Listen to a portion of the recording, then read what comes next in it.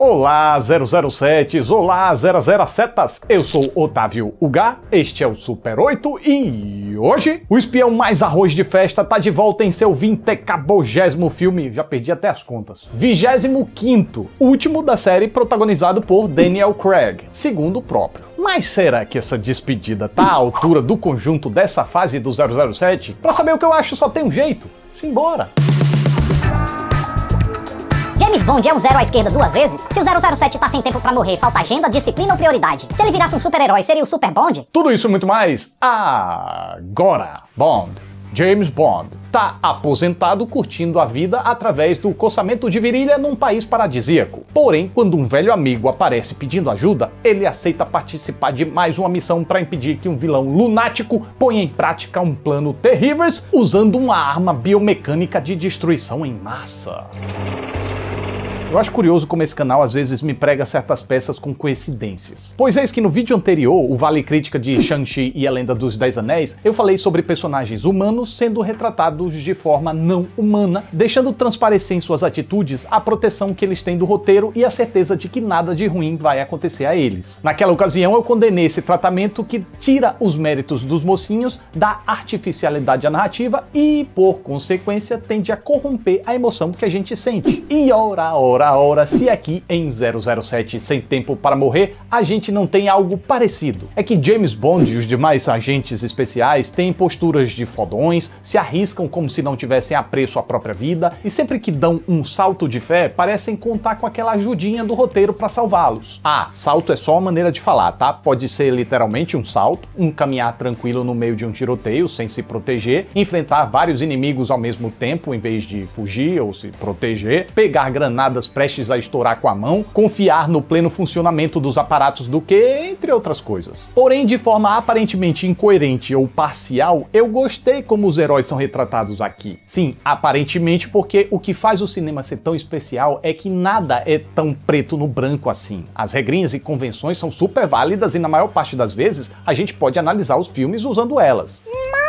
Mas as exceções fazem com que a escala de cinza e cores seja enorme e as possibilidades sejam infinitas. Desta forma, as sutis diferenças podem levar a gente a reações completamente antagônicas entre os filmes. Acontece que 007 Sem Tempo para Morrer compensa as artificialidades que podem desgastar o nosso envolvimento com outros méritos. Claro, isso não é algo exclusivo desse filme, nem é tão exceção assim, nem mesmo dentro da própria franquia. Na verdade, as soluções que o filme busca não tá nem em subversões, são apenas adendos dessas regrinhas e convenções. Tá, mas do que eu tô falando? Primeiro, a narrativa aqui dá evidentes fragilidades ao protagonista. Mesmo que seja momentâneo, ele tenha uma recuperação rápida e acabe não sofrendo danos severos e duradouros, pelo menos na maior parte do tempo, ainda assim é gratificante ver que ele sofre os impactos das porradas e bombas, o ouvido apita, ele se machuca, sangra, fica emporcalhado, desiste de correr porque cansou, tem momentos de medo, cai e se surpreende com o impacto. Logo, se ele consegue êxitos é porque se esforçou bastante, tirou muito de si para dar às causas que está lutando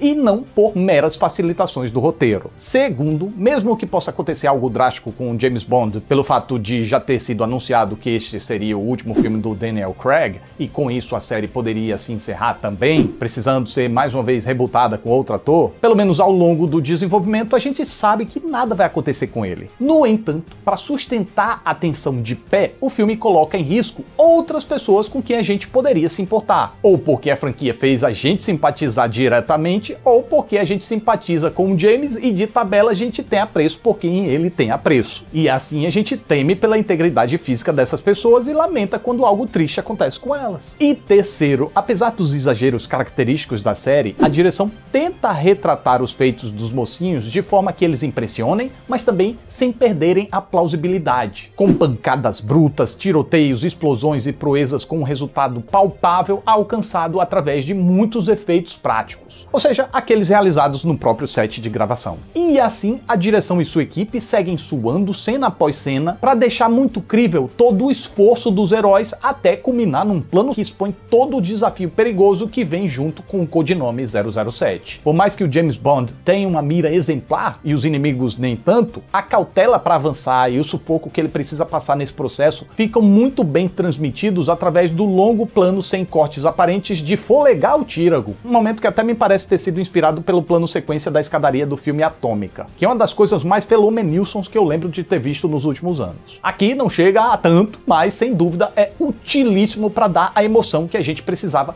nesse ponto do filme e para justificar o porquê de 007 Sem Tempo para Morrer conseguir fazer com que os seus personagens não sejam meras peças seguindo mecanicamente o que o roteiro diz sob uma proteção artificial do mesmo. Quanto à trama de 007 Sem Tempo para Morrer, ela constantemente busca sugerir a ideia de episódio final, uma coisa mais decisiva, mais grandiosa, algo que fica perceptível até pela longa duração do projeto. Eu posso estar errado, mas eu acredito que com 2 horas e 43 esse deva ser o capítulo mais longo do 007. Mas esse intuito pretensamente grandioso também não para por aí, ele também tá na estrutura da trama que, dividida em alguns arcos menores, procura valorizar eles individualmente, enquanto busca fazer com que tudo se conecte de alguma forma. Então tem a relação pessoal do James com a amada, a relação dela com o vilão, a treta do vilão com o outro vilão, os esforços dos heróis para combater as ameaças gerais e até uma rixa da nova agente com o James Bond. Ou seja, de fato, tem muita coisa para caber num filme só e assim a longa duração acaba sendo necessária para não comprometer nenhum dos temas ou arcos, que por suas vezes não tem nenhum que pareça dispensável. E felizmente eu acredito que os roteiristas conseguiram criar uma unidade exemplar para conectar tudo. E só de pensar no trabalho que foi montar esse quebra-cabeça eu já fico tonto. E é por isso que eu acho tão coisa linda de mamãe o trabalho que tiveram para que o filme não tivesse histórias que concorressem internamente pela atenção do espectador.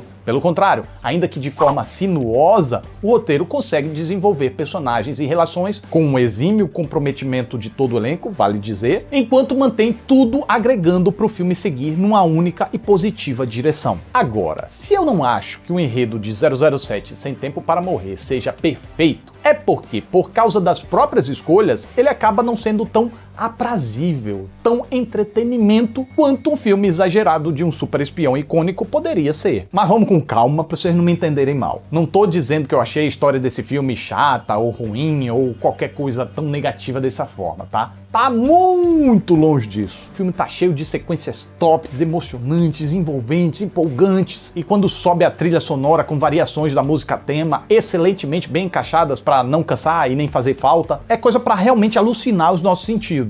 A trama só me pareceu meio quadradinha e sem aquela concisão que deixa a experiência gostosa e com gostinho de quero mais quando acaba, sabe? Mas Otávio, por que você tá reclamando de concisão se você acabou de dizer que o filme tem o tempo perfeito para desenvolver tudo o que precisava? É que, gente, nem sempre dá pra ter tudo. Quando o lençol é pequeno, você descobre um filho pra cobrir o outro. E eu não falo isso com ar de condenação. Ah, que coisa horrorosa, como eles não conseguiram unir o melhor de dois mundos. Não, eu apenas falo constatando e até lamento. Não uniram o melhor de dois mundos e eu nem sei como isso poderia ser possível dentro do que eles precisavam contar. O que eu posso é especular onde o filme poderia ter se equilibrado melhor. E eu tenho uma certa suposição. Pois veja bem, mesmo que a trama pareça harmônica e cada parte esteja realmente conectada para construir um enredo geral, às vezes o multifoco pode dar uma sensação de fragmentação, de que a gente está vendo missões separadas, paralelas, sem uma progressão muito clara e não de que há uma relação de causa e consequência muito bem arquitetada. A princípio eu pensei que seria culpa da sutileza com que o roteiro foge de diálogos expositivos para ligar os seus pontos. Em muitas ocasiões o roteiro conecta, os personagens entendem e o filme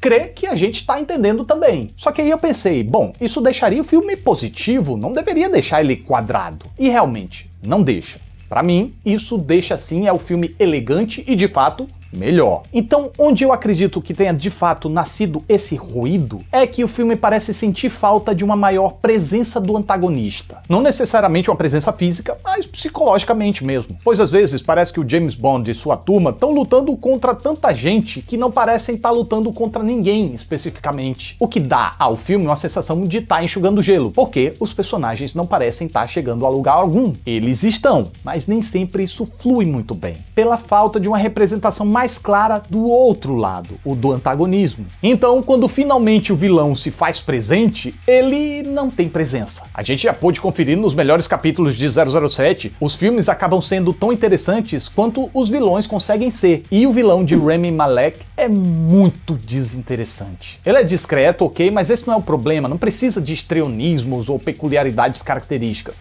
apenas precisam de humanidade, ou a total falta dela, uma psicopatia absurda. Mas o vilão daqui é uma mosca morta robótica cujos objetivos me parecem toscamente incoerentes, sem que ninguém questione isso. Ok, eu preciso confessar que eu ando com certo ranço do Rami Malek desde que ele ganhou o peladão reluzente por Bohemian Rhapsody, mas eu garanto a vocês que não é isso. É que a composição dele é sem graça, sem sal, aborrecida e não consegue exprimir qualquer senso de ameaça, raiva ou incômodo. A mim mesmo só deu ansiedade pro James Bond chutar logo o traseiro murcho dele. Pra ser justo, o intérprete tem culpa nesse cartório, mas claro, não é só dele. O roteiro também não ajudou ao relegar o seu personagem a uma ausência indigna de um antagonista de primeira de um filme que queria ser mais grandioso. Mas tudo isso é pra entender por que eu achei 007 Sem Tempo para Morrer um capítulo divertido, mas não tão divertido como os meus favoritos da franquia, Cassino Royale e Skyfall. O motivo é porque gerou aparência de falta de progressão, e o motivo disso foi uma invisível participação do vilão, que por sua vez é muito mosca morta. No mais, todo o resto eu não tenho como negar que estamos sim diante de mais um filmão com arcos muito bem desenvolvidos e conectados para proporcionar uma trama grandiosamente decisiva dessa franquia que a gente já pode até chamar de subgênero de tão duradoura. Eu fico particularmente curioso com a porta aberta que esse filme deixou para continuar essa série específica com esses personagens específicos interpretados por esses atores e atrizes específicos.